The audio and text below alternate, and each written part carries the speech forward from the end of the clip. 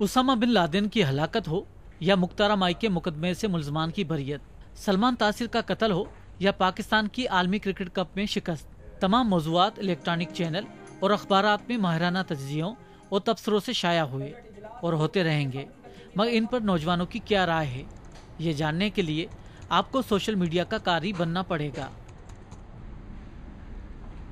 پاکستان کی پہلی بین الاقوامی سماجی میڈیا کانفرنس میں ملیشیا، انڈونیشیا، مصر، امریکہ اور نیدرلینڈ سے تعلق رکھنے والے بلاگرز بھی شریک ہوئے۔ انہوں نے اس کانفرنس میں شرکت اور پاکستان آمد پر خوشی کا اظہار کیا۔ بعض بلاگرز کا کہنا تھا کہ انہیں دوستوں اور رشتہ داروں نے پاکستان میں اتحاد کرنے کا مشورہ دیا تھا۔ پاکستان میں سوشل میڈیا سے منسلک نوجوانوں کو پہلی مرتبہ ایک پلیٹ فارم پر اکٹھا کیا گیا، جس کا انتظام پاکستان میں امریکی سفارت خانے نے کیا تھا، مگر اس کی ضرورت کیوں پیش آئی؟ اینڈی آرمنڈ کہتی ہیں کہ امریکی حکومت اظہار رائے کی آزادی اور آزادی تقریر پر یقین رکھتی ہے، اور سوشل میڈیا ایک ایسی جگہ ہے جہاں اس کو واضح طور پر دیکھا جا سکتا ہے۔ کانفرنس میں پیش کیے گئے اعداد و شمار کے مطابق پاکستان میں کم سے کم 2 کروڑ افراد انٹرنیٹ استعمال کرتے ہیں، جن میں سے تقریباً 34 لاکھ بلاگرز ہیں۔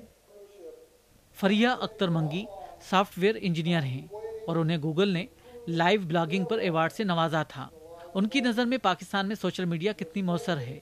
میں تو یہی کہوں گی کہ بہت زیادہ مؤثر ہے، کیونکہ ایک عام آدمی جو کہ پڑھا لکھا ہے اور جس کو ٹیکنالوجی یوز کرنی آتی ہے، وہ بڑے آرام سے اپنی جو بھی اوپینین ہے اس کی کسی بھی ٹاپک کے حوالے سے وہ سوشل میڈیا کے تھرو دوسروں تک پہنچا سکتا ہے اور پوری دنیا تک پہنچا سکتا ہے۔ پاکستان کے کئی ارکان پارلیمنٹ اور سیاستدان اب سماجی رابطے کی ویب سائٹوں پر موجود ہیں۔ بلاگر جہاں آرا کا کہنا ہے کہ وہ اپنے شکوے اور شکایات سے انہیں آگاہ کرتے ہیں۔